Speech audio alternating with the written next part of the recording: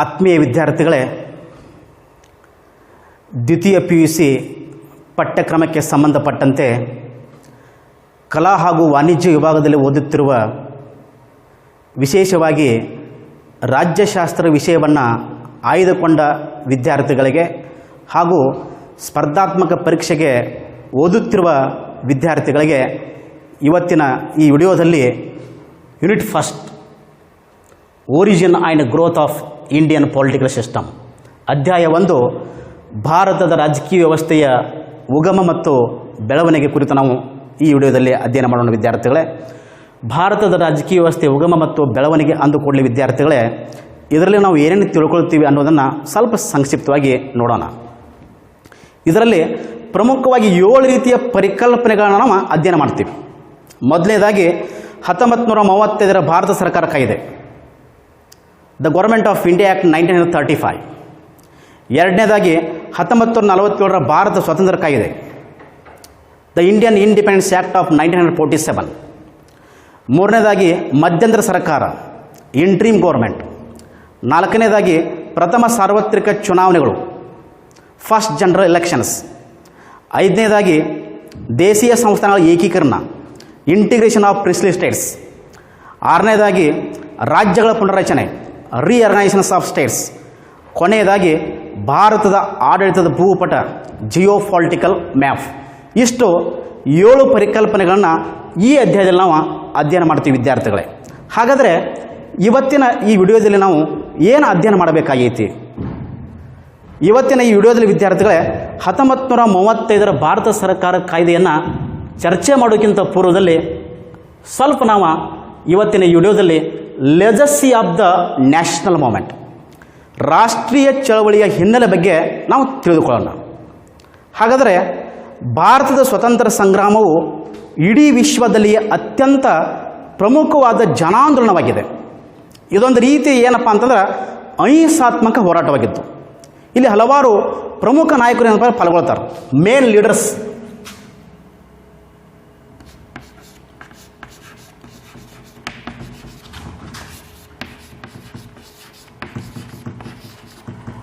ಆ ಪ್ರಮುಖ ನಾಯಕರನ್ನು ನಾವು ಗಮನಕ್ಕೆ ತೆಗೆದುಕೊಂಡು ನೋಡಿದ ವಿದ್ಯಾರ್ಥಿಗಳೇ, Dadabhai Naoroji, Gopal Krishna Gokhale, Lala Lajpat Rai, V D. Savarkar, Bhagat Singh, Sardar Vallabhbhai Patel, Mahatma Gandhiji, doctor B.R. Ambedkar. ಇವರೆಲ್ಲ ಪ್ರಮುಖವಾಗಿ ಏನಪ್ಪ ಅಂದ್ರೆ ತಮ್ಮ ಉದಾತ್ತ ಮೌಲ್ಯಗಳಿಂದ, ತಮ್ಮ ಉದಾತ್ತ ಆದರ್ಶಗಳಿಂದ ಇಡೀ ಭಾರತೀಯ ಜನರನ್ನು ಸಂಘಟಿಸಿ ಅವರಲ್ಲಿ ರಾಜಕೀಯ ಪ್ರಜ್ಞೆಯನ್ನು ಮೂಡಿಸುವುದರ ಜೊತೆಗೆ ಇಡೀ ಭಾರತೀಯರು ಸ್ವತಂತ್ರ ಸಂಗ್ರಾಮದಲ್ಲಿ ಪಾಲ್ಗೊಳ್ಳುವಂತೆ ಪ್ರೇರಣೆ ನೀಡಿದಂಥ ಮಹಾನ್ ನಾಯಕರು ಇವರಾಗಿದ್ದಾರೆ ವಿದ್ಯಾರ್ಥಿಗಳೇ. ಜೊತೆಗೆ ಇಲ್ಲಿ ಒಂದು ಪ್ರಶ್ನೆ ಕೇಳ್ತಾರೆ ವಿದ್ಯಾರ್ಥಿಗಳೇ, ಭಾರತದ ಸ್ವತಂತ್ರ ಸಂಗ್ರಾಮದ ಮುಂಚೂಣಿಯಲ್ಲಿದ್ದ ಯಾವುದಾದರೂ ಇಬ್ಬರ ನಾಯಕರನ್ನ ಹೆಸರಿಸಿ ಅಂತ ಕೇಳ್ತಾರು. Name any 2 leaders Indian freedom movement. ನೀವು ಇಬ್ಬರ ನಾಯಕನ ಹೆಸರಿಸ್ಬರ್ರಿ. ನಿಮಗೆ ಅಗದಿ ಯಾವುದು ಈಜನ್ ಸಹಿತ ಈ ಇಬ್ಬರ ನಾಯಕರ ಹೆಸರನ್ನು ನೀವು ಹೆಸರಿಸಬಹುದು. ಮಹಾತ್ಮ ಗಾಂಧೀಜಿ ಬರೀಬಹುದು, ಡಾಕ್ಟರ್ B.R. ಅಂಬೇಡ್ಕರ್ ಬರೀಬಹುದು, ಸರ್ದಾರ್ ವಲ್ಲಭಾಯ್ ಪಟೇಲ್ ಬರೀಬಹುದು, ಸುಭಾಷ್ ಚಂದ್ರ ಬೋಸ್ ಬರೀಬಹುದು, ಜವಾಹರ್ಲಾಲ್ ನೆಹರು ಬರೀಬಹುದು, ಭಗತ್ ಸಿಂಗ್ ಬರೀಬಹುದು. ಅಗದಿ ಸಿಂಪಲ್. ಮುಂದೆ ಭಾರತದ ರಾಷ್ಟ್ರೀಯ ಚಳವಳಿಯ ಫ್ಯಾಸಿಸಮ್ ಮತ್ತು ಸಾಮ್ರಾಜ್ಯಶಾಹಿ ನೀತಿಗಳಿಗೆ ವಿರುದ್ಧವಾಗಿ ರಾಷ್ಟ್ರೀಯ ಚಳವಳಿಯ ಉದಾತ್ತ ಮೌಲ್ಯಗಳು, ರಾಷ್ಟ್ರೀಯ ಚಳವಳಿಯ ಉದಾತ್ತ ಮೌಲ್ಯಗಳಾದ ಜನತಾ ಸಾರ್ವಭೌಮತ್ವ, ಪಾಪ್ಯುಲರ್ ಸಾವರಂಟಿ ಅಂತ ಕರಿತೀವಿ ನಾವು, ಪ್ರತಿನಿಧಿಕ ಸರ್ಕಾರ, ರೀಪ್ರೆಸೆಂಟೇಟಿವ್ ಗೌರ್ಮೆಂಟ್, ಆರ್ಥಿಕ ಸ್ವಾವಲಂಬನೆ, ಸೆಲ್ಫ್ ಎಕನಾಮಿ ರೆಲಿಯಂಟ್, ಜಾತ್ಯತೀತತೆ, ಸೆಕ್ಯುಲರಿಸಮ್, ವಿದೇಶಾಂಗ ನೀತಿ, ಫಾರಿನ್ ಪಾಲಿಸಿ. ಇವು ರಾಷ್ಟ್ರೀಯ ಚಳವಳಿಯ ಉದಾತ್ತ ಮೌಲ್ಯಗಳು ಭಾರತದ ಸ್ವತಂತ್ರ ಸಂಗ್ರಾಮದಲ್ಲಿ ಪ್ರಮುಖ ಪಾತ್ರ ವಹಿಸುತ್ತವೆ. ಈ ರಾಷ್ಟ್ರೀಯ ಚಳವಳಿಯ ಉದಾತ್ತ ಮೌಲ್ಯಗಳನ್ನು ನಾವು ಭಾರತ ಸಂವಿಧಾನದಲ್ಲಿ ಕೂಡ ಅಳವಡಿಸಿಕೊಂಡಿವೆ, ಭಾರತದ ಪ್ರಮುಖ ಸರ್ಕಾರದಲ್ಲಿ ಕೂಡ ಕಾಣ್ತೀವಿ. ಭಾರತದ ರಾಜಕೀಯ ಪಕ್ಷಗಳ ಕಾರ್ಯಕ್ರಮಗಳು ಮತ್ತು ನೀತಿಗಳನ್ನು ಕೂಡ ಅಳವಡಿಸಿಕೊಳ್ಳಲಾಗಿದೆ. ಹಾಗೆಯೇ ವಿದ್ಯಾರ್ಥಿಗಳೇ, ಭಾರತ ದೇಶ ಗುಲಾಮಗಿರಿಯಿಂದ ಮುಕ್ತಿ ಹೊಂದಿತು ಅನ್ನೋದು ಒಂದು ಕಡೆ ಸಂಭ್ರಮದ ಕ್ಷಣವಾದರೆ, ಭಾರತ ದೇಶ ಇಬ್ಬಾಗ ಆಯ್ತಲ, ವಿಭಜನೆ ಆಯ್ತಲ ಅನ್ನೋದು ದುಃಖಿಸುವ ಕ್ಷಣ ಒಂದು ಕಡೆ ಆಯಿತು ಎಂಬ ಸಂದೇಶವನ್ನು ಮಹಾತ್ಮ ಗಾಂಧೀಜಿಯವರು ಏನಪ್ಪ ಅಂತಂದ್ರೆ ಸ್ವತಂತ್ರಗೊಂಡ ನಂತರ ಅತ್ಯುನ್ನತವಾದ ಸಂದೇಶವನ್ನು ಕೊಟ್ಟರು. ಭಾರತ ದೇಶ ಇಬ್ಬಾಗ ಆದ ನಂತರ ಹಲವಾರು ಸಮಸ್ಯೆಗಳನ್ನು ಎದುರಿಸಬೇಕಾಯಿತು. ಭಾರತ ದೇಶ ವಿಭಜನೆ ಆದ ನಂತರ ಹಲವಾರು ಸಮಸ್ಯೆಗಳನ್ನು ಎದುರಿಸಬೇಕಾಯಿತು. ವಿದ್ಯಾರ್ಥಿಗಳೇ, ಪ್ರಮುಖ ಸಮಸ್ಯೆಗಳನ್ನು ಗಮನಕ್ಕೆ ತೆಗೆದುಕೊಂಡು ನೋಡಿದಾಗ ವಲಸೆ ಸಮಸ್ಯೆ ಆಗಬಹುದು, ಗಡಿ ಸಮಸ್ಯೆ ಆಗಬಹುದು, ಹಿಂಸಾ ಕೃತ್ಯಗಳಾಗಬಹುದು, ಕೋಮು ಗಲಭೆಗಳಾಗಬಹುದು, ಹಾಗೆ ಇನ್ನೂ ಕೆಲವೊಂದು ಆರ್ಥಿಕ ಸಮಸ್ಯೆಗಳು ಕೂಡ ತಲೆದೋರಿದವು. ಆ ಆರ್ಥಿಕ ಸಮಸ್ಯೆಗಳನ್ನು ಗಮನಕ್ಕೆ ತೆಗೆದುಕೊಂಡು ನೋಡಿದಾಗ ವಿದ್ಯಾರ್ಥಿಗಳೇ,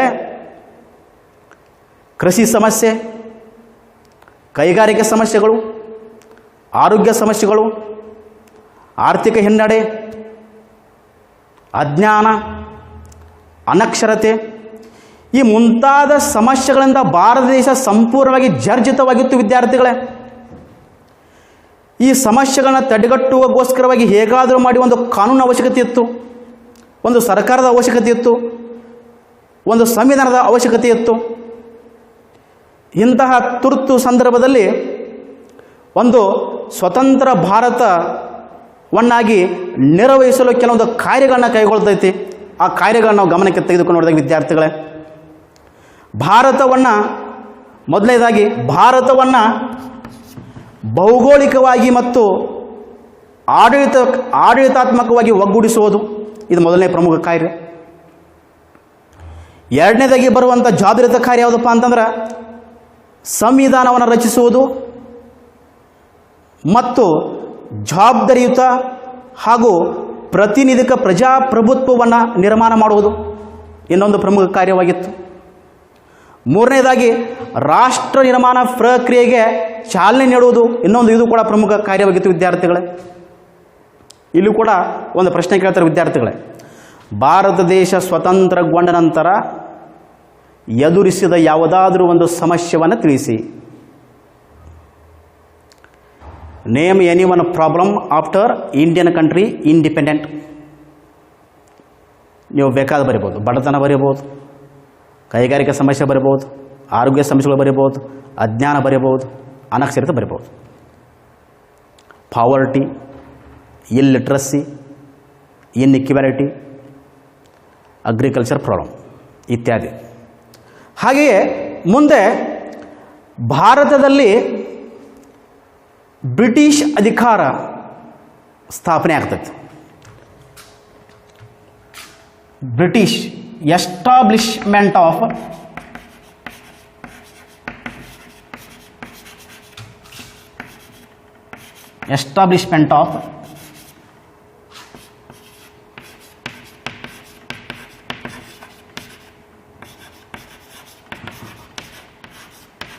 ಅಥಾರಿಟಿ ಇನ್ ಇಂಡಿಯಾ.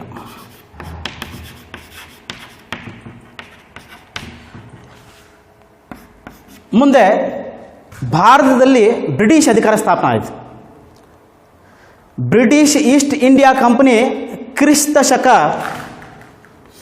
1600ರಲ್ಲಿ ಬ್ರಿಟಿಷ್ ಸರ್ಕಾರದ ಅನುಮತಿಯನ್ನು ಪಡೆದುಕೊಂಡು ಭಾರತ ದೇಶದಲ್ಲಿ ವ್ಯಾಪಾರ ಕೇಂದ್ರಗಳನ್ನು ಸ್ಥಾಪನೆ ಮಾಡ್ತೈತಿ. ಕೇವಲ ವ್ಯಾಪಾರ ಕೇಂದ್ರಗಳನ್ನು ಸ್ಥಾಪನೆ ಮಾಡಿಬಿಡಲಿಲ್ಲ ವಿದ್ಯಾರ್ಥಿಗಳೇ. 1757ರಲ್ಲಿ ನಡೆದ ಪ್ಲಾಸಿ ಕದನದಲ್ಲಿ ಬಂಗಾಳದ ನವಾಬನನ್ನು ಸೋಲಿಸಿ ಬಂಗಾಳದಲ್ಲಿ ರಾಜಕೀಯವಾಗಿ ಮತ್ತು ಆಡಳಿತಾತ್ಮಕವಾಗಿ ಕಂದಾಯ ವಸೂಲಿ ಮಾಡುವ ಅಧಿಕಾರವನ್ನು ಪಡೆದುಕೊಂಡು ಭಾರತ ದೇಶದ ವಿವಿಧ ಭಾಗಗಳಲ್ಲಿ, ಭಾರತ ದೇಶದ ವಿವಿಧ ಪ್ರದೇಶಗಳಲ್ಲಿ ತನ್ನದೇ ಆದ ಅಧಿಕಾರವನ್ನು ಪ್ರಾರಂಭಿಸ್ತೈತಿ ಬ್ರಿಟಿಷ್ ಈಸ್ಟ್ ಇಂಡಿಯಾ ಕಂಪನಿ. ಸುಮಾರು 1757ರಿಂದ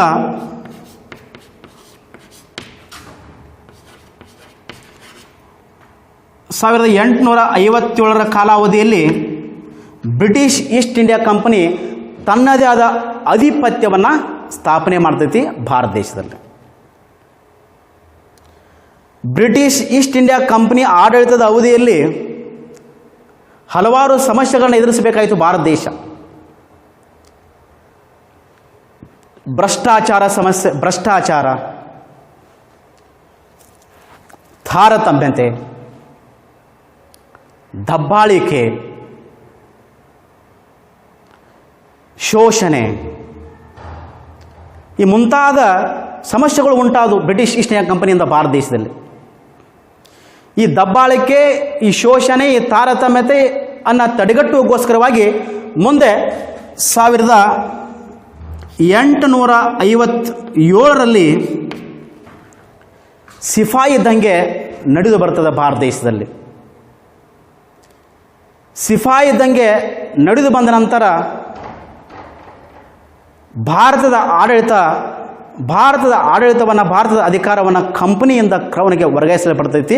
ಅದೇ 1858ರ ಬ್ರಿಟಿಷ್ ಕ್ರೌನ್ ಆ್ಯಕ್ಟ್. ಭಾರತದ ಅಧಿಕಾರವನ್ನು ಕಂಪನಿಯಿಂದ ಕ್ರೌನ್ಗೆ ವರ್ಗಾಯಿಸಲ್ಪಡ್ತೈತಿ 1858ರ ಕಾಯ್ದೆ. ಇಲ್ಲಿ ಕೂಡ ಒಂದು ಪ್ರಶ್ನೆ ಕೇಳ್ತಾರೆ ವಿದ್ಯಾರ್ಥಿಗಳೇ, ಯಾವ ಕಾಯ್ದೆಯು ಅಧಿಕಾರವನ್ನು ಕಂಪನಿಯಿಂದ ಕ್ರೌನ್ಗೆ ವರ್ಗಾಯಿಸಲ್ಪಟ್ಟಿತು? Which act transferred power from company to the crown? 1858ರ ಬ್ರಿಟಿಷ್ ಕ್ರೌನ್ ಆ್ಯಕ್ಟ್. 1858ರ British crown act. 1858 British crown act. ಮುಂದೆ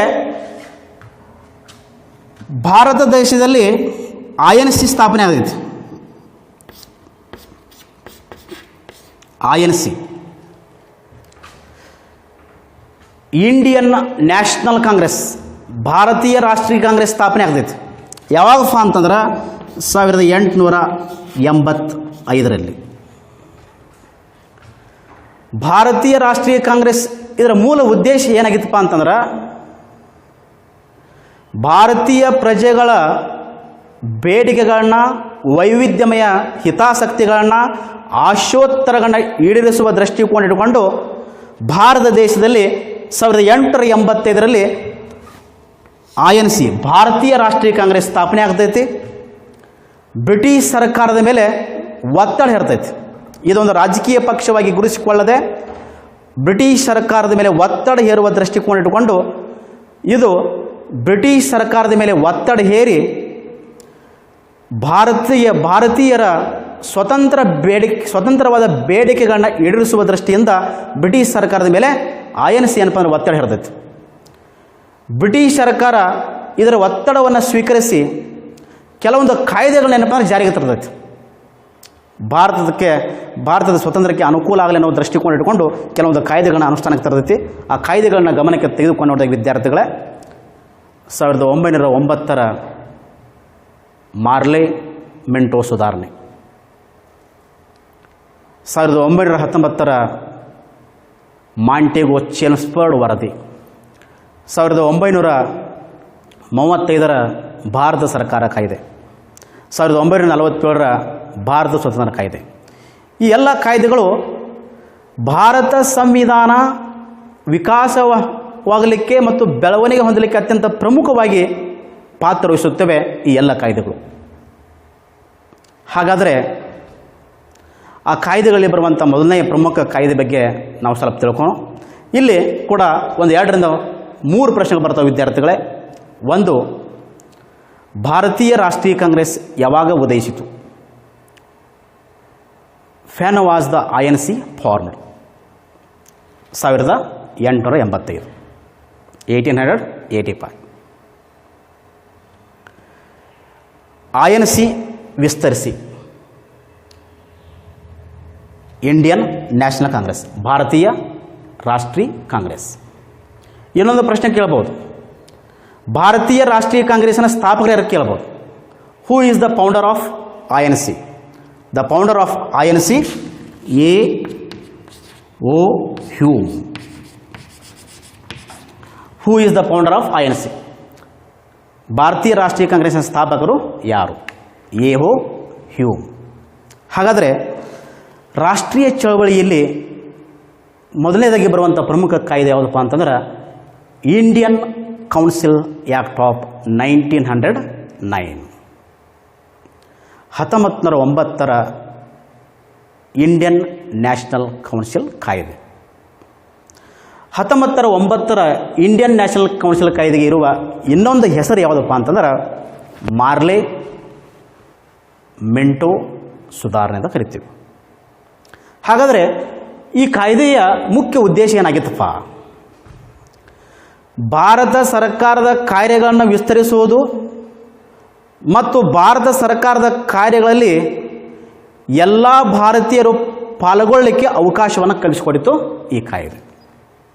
ಹಾಗಾದರೆ 1909 ಮಾರ್ಲೆ ಮಿಂಟೋ ಸುಧಾರಣೆಯ ಮುಖ್ಯಾಂಶಗಳು ಯಾವುವು, ಸುಧಾರಣೆಗಳು ಯಾವುವು ಅನ್ನೋದನ್ನು ಸ್ವಲ್ಪ ನಾವು ಸಿಂಪಲಾಗಿ ತಿಳ್ಕೊಂಡು. ರಿಫಾರ್ಮ್ಸ್, ಸುಧಾರಣೆಗಳು. ಮೊದಲನೇದಾಗಿ, the provisions of this act increased the strength of provincial legislative council. 1909 ಕಾಯ್ದೆಯ ಮೊದಲನೇ ಮುಖ್ಯಾಂಶ ಯಾವುದಪ್ಪ ಅಂತಂದ್ರೆ ಈ ಕಾಯ್ದೆಯು ಶಾಸನೀಯ ಸಭೆಗಳ ಸದಸ್ಯರ ಸಂಖ್ಯೆಯನ್ನು ಹೆಚ್ಚಿಸಿತು. ಇನ್ನು ಎರಡನೇದಾಗಿ ಬರುವಂಥ ಇದರ ಮುಖ್ಯಾಂಶ ಯಾವುದಪ್ಪ ಅಂತಂದ್ರೆ introduced the communal representation through separate electorates for Muslim. 1909 ಕಾಯ್ದೆ ಇನ್ನೊಂದು ಪ್ರಮುಖ ಮುಖ್ಯಾಂಶ ಯಾವುದಪ್ಪ ಅಂದರೆ ವಿದ್ಯಾರ್ಥಿಗಳ ಎರಡನೇದಾಗಿ ಪ್ರಥಮ ಬಾರಿಗೆ ಮುಸ್ಲಿಂ ಸಮುದಾಯಕ್ಕೆ ಪ್ರತ್ಯೇಕ ಮತದಾರ ಕ್ಷೇತ್ರವನ್ನು ಕಲ್ಪಿಸಿತು. ಇವು ಎರಡು ಪ್ರಮುಖ ಅದರ ಸುಧಾರಣೆಗಳು. ಇಲ್ಲೂ ಕೂಡ ಒಂದು ಪ್ರಶ್ನೆ ಕೇಳ್ತಾರೆ ವಿದ್ಯಾರ್ಥಿಗಳೇ, 1909 ಮಾರ್ಲೆ ಮಿಂಟೋ ಸುಧಾರಣೆ ಯಾವುದಾದರೂ ಒಂದು ಮುಖ್ಯಾಂಶವನ್ನು ತಿಳಿಸಿ. Mention any one provision of the Morley Minto reforms. ಇವು ಸಿಂಪಲ್, ನೀವು ಅಗದಿ ಸ್ಥಳವಾಗಿ ಬರೀರಿ. ಪ್ರಥಮ ಬಾರಿಗೆ ಮುಸ್ಲಿಂ ಸಮುದಾಯಕ್ಕೆ ಪ್ರತ್ಯೇಕ ಮತದಾರ ಕ್ಷೇತ್ರವನ್ನು ಕಲ್ಪಿಸಿತು. So simple provision, introduced the communal representation for separate electorates for Muslims. Introduced the communal representation through separate electorates for Muslim. Simple. ಇನ್ನು ಇನ್ನೊಂದು ಪ್ರಮುಖ ಕಾಯ್ದೆ ರಾಷ್ಟ್ರೀಯ ಚಳವಳಿಯಲ್ಲಿ ಪ್ರಮುಖವಾದ ಪಾತ್ರ ವಹಿಸ್ತೈತಿ. ಆ ಇನ್ನೊಂದು ಕಾಯ್ದೆ ಯಾವುದಪ್ಪ ಅಂತಂದ್ರೆ government of India act 1919. 1919 Bharat ಸರ್ಕಾರ ಕಾಯ್ದೆ. ಹಾಗಾದರೆ 1919 ಭಾರತ ಸರ್ಕಾರ ಕಾಯ್ದೆಗೆ ಇರುವಂಥ ಇನ್ನೊಂದು ಹೆಸರು ಯಾವುದಪ್ಪ ಅಂತಂದ್ರೆ ಮಾಂಟೆಗೋ ಚೇಲ್ಮ್ಸ್ಫರ್ಡ್ ವರದಿ ಅಂತ ಕರಿತೀವಿ ನಾವು. ಮಾಂಟೆಗೋ ಚೇಲ್ಮ್ಸ್ಫರ್ಡ್ ವರದಿ. ಸೆಕ್ರೆಟರಿ ಆಫ್ ಮಾಂಟೆಗೋ ಮತ್ತು ವೈಸ್ರಾಯ್ ಚೇಲ್ಮ್ಸ್ಫರ್ಡ್ ಕೂಡಿಕೊಂಡು ಈ ವರದಿಯನ್ನು ತಯಾರು ಮಾಡ್ತಾರೆ. ಅದೇ ಮಾಂಟೆಗೋ ಚೇಲ್ಮ್ಸ್ಫರ್ಡ್ ವರದಿ. ಹಾಗಾದರೆ 1919 ಭಾರತ ಸರ್ಕಾರ ಕಾಯ್ದೆ ಅಥವಾ ಮಾಂಟೆಗೋ ಚೇಲ್ಮ್ಸ್ಫರ್ಡ್ ವರದಿಯ ಸುಧಾರಣೆಗಳನ್ನು ಸ್ವಲ್ಪ ತಿಳ್ಕೊಂಡು ನಾವು ಅಥವಾ ಮುಖ್ಯಾಂಶಗಳ ಬಗ್ಗೆ ತಿಳ್ಕೊಂಡು ಸಿಂಪಲ್ ಆಗಿ ಸುಧಾರಣೆಗಳು. ಮೊದಲನೇದಾಗಿ indicates responsible government in India. Bharat ದೇಶದಲ್ಲಿ ಜವಾಬ್ದಾರಿತ ಸರ್ಕಾರವನ್ನು ಪ್ರಚುರಪಡಿಸಿತು. ಇದು ಮೊದಲನೇ ಸುಧಾರಣೆ. ಇನ್ನು second one, introduced dyarchy. Dyarchy means dual government in the British provinces. ಎರಡನೇದಾಗಿ ಬರುವಂಥ ಪ್ರಮುಖ ಮುಖ್ಯಾಂಶ ವಿದ್ಯಾರ್ಥಿಗಳೇ 1919 ಕಾಯ್ದೆಯ ದ್ವಿ ಸರ್ಕಾರ ಪದ್ಧತಿ. ಬ್ರಿಟಿಷ್ ಪ್ರಾಂತ್ಯಗಳಲ್ಲಿ ಡಯಾರ್ಕಿ ಪದ್ಧತಿಯನ್ನು ಅನುಷ್ಠಾನಕ್ಕೆ ತಂದಿತು. ಡಯಾರ್ಕಿ ಅಂದ್ರೆ ದ್ವಿ ಸರ್ಕಾರ ಪದ್ಧತಿ.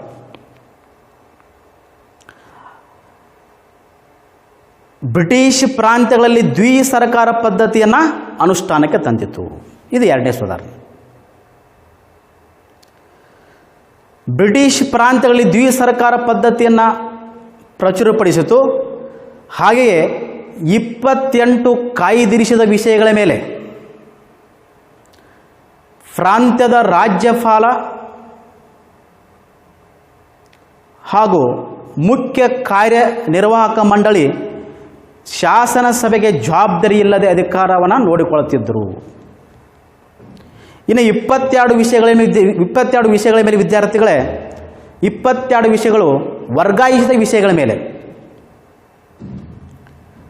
ರಾಜ್ಯಪಾಲರು ಮತ್ತು ಭಾರತೀಯರನ್ನು ಒಳಗೊಂಡ ಮಂತ್ರಿ ಮಂಡಲದ ಸಲಹೆ ಮೇರೆಗೆ ಅಧಿಕಾರವನ್ನು ಚಲಾಯಿಸುತ್ತಿದ್ದರು. ಇಲ್ಲೂ ಕೂಡ ಈ ಕಾಯ್ದೆಯಲ್ಲೂ ಕೂಡ ಒಂದು 2 ಪ್ರಶ್ನೆ ಕೇಳ್ತಾರೆ ವಿದ್ಯಾರ್ಥಿಗಳು. ಯಾವ ಕಾಯ್ದೆಯು ಭಾರತದಲ್ಲಿ ಜವಾಬ್ದಾರಿತ ಸರ್ಕಾರವನ್ನು ಪ್ರಚುರಪಡಿಸಿತು? 1919 ಕಾಯ್ದೆ. Which act introduced responsible government in India? 1919 act. Simple. ಇನ್ನೊಂದು ಪ್ರಶ್ನೆ ಕೇಳ್ತಾರೆ ವಿದ್ಯಾರ್ಥಿಗಳು ಇಲ್ಲಿ, ಡಯಾರ್ಕಿ ಎಂದರೇನು? ದ್ವಿಸರ್ಕಾರ ಪದ್ಧತಿಯನ್ನು ಡಯಾರ್ಕಿ ಎನ್ನುವರು. ಸಿಂಪಲ್ ಆಗದೆ. What is diarchy? ದ್ವಿಸರ್ಕಾರ ಪದ್ಧತಿಯನ್ನು ಡಯಾರ್ಕಿ ಎನ್ನುವರು. What is diarchy? Dual government it is called diarchy. Dual government it is called diarchy. ಇನ್ನೊಂದು ಪ್ರಶ್ನೆ ಕೇಳ್ತಾರೆ ವಿದ್ಯಾರ್ಥಿಗಳೇ, 1919 ಕಾಯ್ದೆಯ ಯಾವುದಾದ್ರೂ ಒಂದು ಮುಖ್ಯಾಂಶವನ್ನು ತಿಳಿಸಿ. Mention any one provision of 1919 government of India act. Simple ಆಗಿ ಬರೀರಿ. ಭಾರತ ದೇಶದಲ್ಲಿ ದ್ವಿಸರ್ಕಾರ ಪದ್ಧತಿಯನ್ನು ಪ್ರಚುರಪಡಿಸಿತು. Introduced responsible government in India. Simple. ಇದಲ್ಲದೆ ಇನ್ನೂ 2 ಪ್ರಮುಖ ಕಾಯ್ದೆಗಳು ಬರ್ತವೆ ವಿದ್ಯಾರ್ಥಿಗಳೇ. 1935 ಭಾರತ ಸರ್ಕಾರ ಕಾಯ್ದೆ, 1947 ಭಾರತ ಸ್ವತಂತ್ರ ಕಾಯ್ದೆ. ಈ ಕಾಯ್ದೆಗಳು ಕೂಡ ಭಾರತ ಸಂವಿಧಾನ ವಿಕಾಸಗೊಳ್ಳಲಿಕ್ಕೆ, ಭಾರತ ಸಂವಿಧಾನ ಬೆಳವಣಿಗೆ ಹೊಂದಲಿಕ್ಕೆ ಪ್ರಮುಖವಾದ ಪಾತ್ರ ಈ 2 ಕಾಯ್ದೆಗಳು ಮಾಡುತ್ತವೆ. ಹಾಗಾದರೆ ಈ 2 ಕಾಯ್ದೆಗಳ ಬಗ್ಗೆ ನಾವು ವಿವರಣಾತ್ಮಕವಾಗಿ ಈ ಅಧ್ಯಾಯದಲ್ಲಿ ತಿಳ್ಕೊಳ್ತೀವಿ. ಹಂತ ಹಂತವಾಗಿ ನಾವು ವಿವರಣಾತ್ಮಕವಾಗಿ 2 ಕಾಯ್ದೆಗಳ ಬಗ್ಗೆ ತಿಳ್ಕೊಂಡು ವಿದ್ಯಾರ್ಥಿಗಳೇ, ಇಷ್ಟು ನಾವು ಇವತ್ತಿನ ಈ ವಿಡಿಯೋದಲ್ಲಿ ತಿಳ್ಕೋಬೋದು. ಹಾಗಾದರೆ ಇವತ್ತು ಚರ್ಚೆ ಮಾಡಿದ ವಿಷಯದ ಮೇಲೆ ಯಾವ ರೀತಿ ಪ್ರಶ್ನೆಗಳು ಬರ್ತಾವು ಅನ್ನೋದನ್ನು ಮತ್ತೊಮ್ಮೆ ನಿಮ್ಮ ಗಮನಕ್ಕೆ ತರ್ತೀನಿ ವಿದ್ಯಾರ್ಥಿಗಳೇ. ಗಮನವಿಟ್ಟ ಕೇಳ್ರಿ. ಮೊದಲನೇದಾಗಿ, ಭಾರತದ ಸ್ವತಂತ್ರ ಸಂಗ್ರಾಮದ ಮುಂಚೂಣಿಯಲ್ಲಿದ್ದ ಯಾವುದಾದರೂ 2 ನಾಯಕರನ್ನ ಹೆಸರಿಸಿ. Name any 2 leaders freedom movement in India. Simple ಆಗಿ ಬರ್ರಿ. ಮಹಾತ್ಮ ಗಾಂಧೀಜಿ, ಡಾಕ್ಟರ್ BR ಅಂಬೇಡ್ಕರ್, ಭಗತ್ ಸಿಂಗ್, ಜವಾಹರ್ಲಾಲ್ ನೆಹರು, ಸುಭಾಷ್ ಚಂದ್ರ ಬೋಸ್ ಇತ್ಯಾದಿ. ಇನ್ನೊಂದು ಪ್ರಶ್ನೆ ಕೇಳ್ತಾರೆ ವಿದ್ಯಾರ್ಥಿಗಳೇ, ಯಾವ ಕಾಯ್ದೆಯು ಅಧಿಕಾರವನ್ನು ಕಂಪನಿಯಿಂದ ಕ್ರೌನ್ಗೆ ವರ್ಗಾಯಿಸಲ್ಪಟ್ಟಿತು? Which act transferred power from company to the crown? 1858 ಕಾಯ್ದೆ ಅಂತ ನೀವು ಹೇಳಬೇಕಾಗುತ್ತದೆ. 1858 ಆ್ಯಕ್ಟ್. ಇನ್ನೊಂದು ಪ್ರಶ್ನೆ ಬರ್ತದೆ ವಿದ್ಯಾರ್ಥಿಗಳೇ, ಭಾರತೀಯ ರಾಷ್ಟ್ರೀಯ ಕಾಂಗ್ರೆಸ್ ಯಾವಾಗ ಉದಯಿಸಿತು? When was the INC formed? 1885 ಭಾರತೀಯ ರಾಷ್ಟ್ರೀಯ ಕಾಂಗ್ರೆಸ್ ಉದಯಿಸಿತು. 1885. ಇನ್ನೊಂದು ಪ್ರಶ್ನೆ ಕೇಳ್ತಾರೆ, ಭಾರತೀಯ ರಾಷ್ಟ್ರೀಯ ಕಾಂಗ್ರೆಸ್ನ ಸ್ಥಾಪಕರು ಯಾರಂತ ಕೇಳಬಹುದು. ಭಾರತೀಯ ರಾಷ್ಟ್ರೀಯ ಕಾಂಗ್ರೆಸ್ ಸ್ಥಾಪಕರು ಯಾರಪ್ಪ? AOU. Who is the founder of INC? AOU. Expand INC ವಿಸ್ತರಿಸಿ ಭಾರತ ರಾಷ್ಟ್ರೀಯ Congress, Indian National Congress. Simple ಆಗಿ. ಜೊತೆಗೆ ಇನ್ನೊಂದು ಪ್ರಶ್ನೆ ಕೇಳ್ತಾರೆ ವಿದ್ಯಾರ್ಥಿಗಳೇ,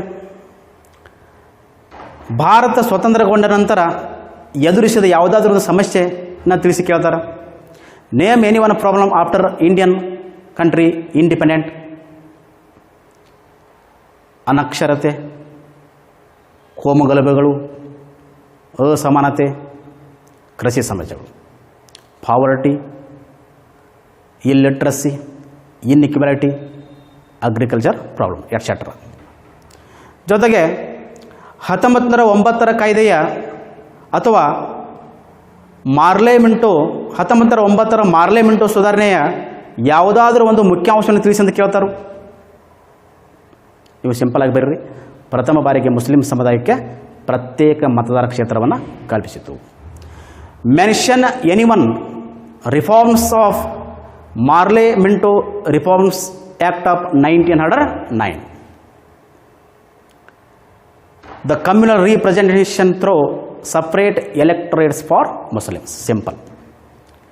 ಇನ್ನು ಇನ್ನೊಂದು ಪ್ರಶ್ನೆ ಕೇಳ್ತಾರೆ ವಿದ್ಯಾರ್ಥಿಗಳೇ, ಇವತ್ತು ಚರ್ಚೆ ಮಾಡಿದ ವಿಷಯದ ಮೇಲೆ. ಡಯಾರ್ಕಿ ಅಂದರೇನು? ದ್ವಿಸರ್ಕಾರ ಪದ್ಧತಿ ಅಂದರೇನು? ದ್ವಿಸರ್ಕಾರ ಪದ್ಧತಿಯನ್ನು ಡಯಾರ್ಕಿ ಅನ್ನೋರು. What is diarchy? Dual government it is called diarchy. Diarchy ಅಂದರೇನು? ದ್ವಿಸರ್ಕಾರ ಪದ್ಧತಿಯನ್ನು ಡಯಾರ್ಕಿ ಅನ್ನೋರು. What is dual government or what is diarchy? Simple. ಇನ್ನು ಭಾರತ ದೇಶದಲ್ಲಿ ಜವಾಬ್ದಾರಿತ ಸರ್ಕಾರವನ್ನು ಪ್ರಚುರಪಡಿಸಿದ ಕಾಯ್ದೆ ಕೇಳ್ತಾರೆ. Which act introduced responsible government in India? 1919 act. 1919 ಕಾಯ್ದೆ. ಇನ್ನು ಇನ್ನೊಂದು ಪ್ರಶ್ನೆ ಕೇಳ್ಬೋದು ವಿದ್ಯಾರ್ಥಿಗಳೇ. 1919 ಭಾರತ ಸರ್ಕಾರ ಕಾಯ್ದೆಯ ಯಾವುದಾದ್ರೂ ಒಂದು ಮುಖ್ಯಾಂಶನ ತಿಳಿಸಿ ಕೇಳಬಹುದು. Mention any one provision of the government of India act 1919. Introduce the responsible government in India. Bharat ದೇಶದಲ್ಲಿ ಜವಾಬ್ದಾರಿತ ಸರ್ಕಾರವನ್ನು ಪ್ರಚುರಪಡಿಸಿತು. ಇಷ್ಟು ಇವತ್ತಿನ ಆ ವಿಡಿಯೋದಲ್ಲಿ ನಾವು ತಿಳ್ಕೊಳ್ಬೋದು ವಿದ್ಯಾರ್ಥಿಗಳೇ. ಇನ್ನು ಮುಂದಿನ ವಿಡಿಯೋದಲ್ಲಿ ಇದರ ಮುಂದಿನ ವಿಷಯವನ್ನು ತೆಗೆದುಕೊಂಡು ಬರುತ್ತೇನೆ.